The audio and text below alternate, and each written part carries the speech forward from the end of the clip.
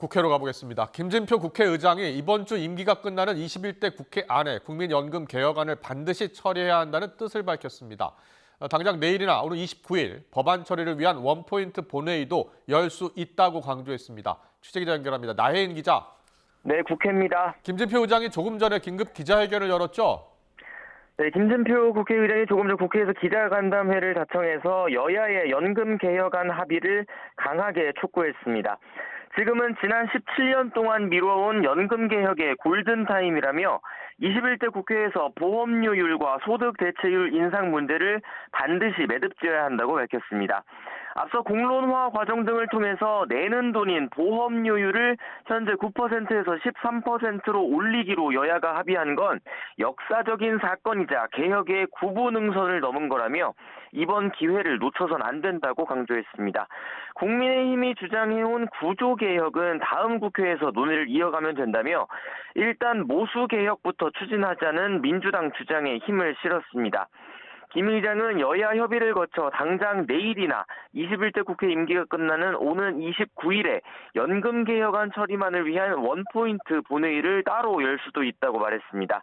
현재 여야 원내대표와 협의를 이어가고 있고 내일 오전에도 만나서 논의를 이어가겠다고 덧붙였습니다. 더불어민주당은 어제 이재명 대표 기자회견에 이어서 대여 압박을 이어가고 있습니다. 앞서 연금 개혁 논의는 받는 돈인 소득 대체율을 두고 여당이 43%, 민주당이 45%를 주장해서 2%포인트 차이로 이견을 좁히지 못하고 있었습니다.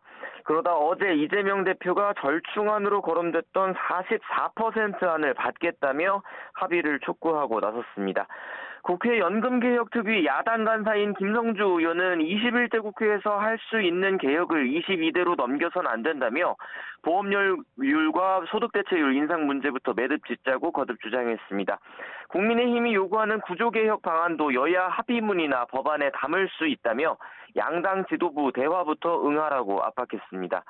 하지만 국민의힘은 수기가 더 필요한 문제를 21대 국회 임기 말에 쫓기듯이 처리하자는 건 전국 주도권을 염두에 둔 민주당의 정략적인 공세라고 보고 있습니다.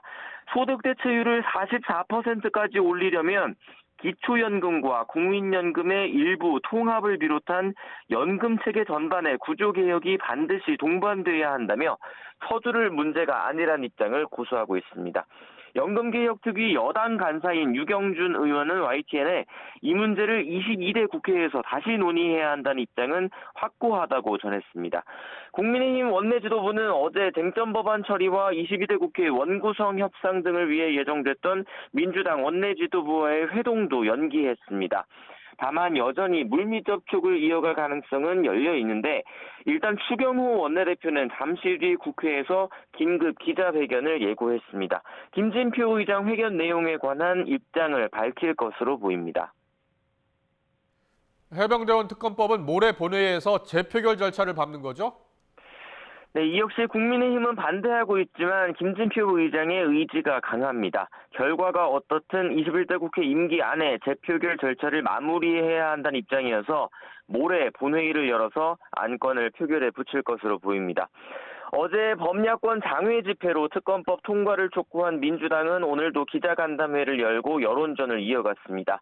황정아 대변인은 윤석열 대통령이 소통하는 신용이라도 하려면 특검법을 수용하라는 국민 분노에 응답하는 게 먼저라고 주장했습니다. 강유정 원내대변인은 국회에서 기자들과 만나 모레 본회의에 민주당 모든 의원이 참석할 것으로 알고 있다며 국민의힘 의원들의 찬성 표결 동참을 거듭 촉구했습니다. 반대 표결을 당론으로 정한 국민의힘은 이탈표 단속에 주력하고 있습니다. 원내 지도부를 중심으로 소속 의원들에게 일일이 전화를 돌려가며 특검법의 부당성을 강조하고 있습니다.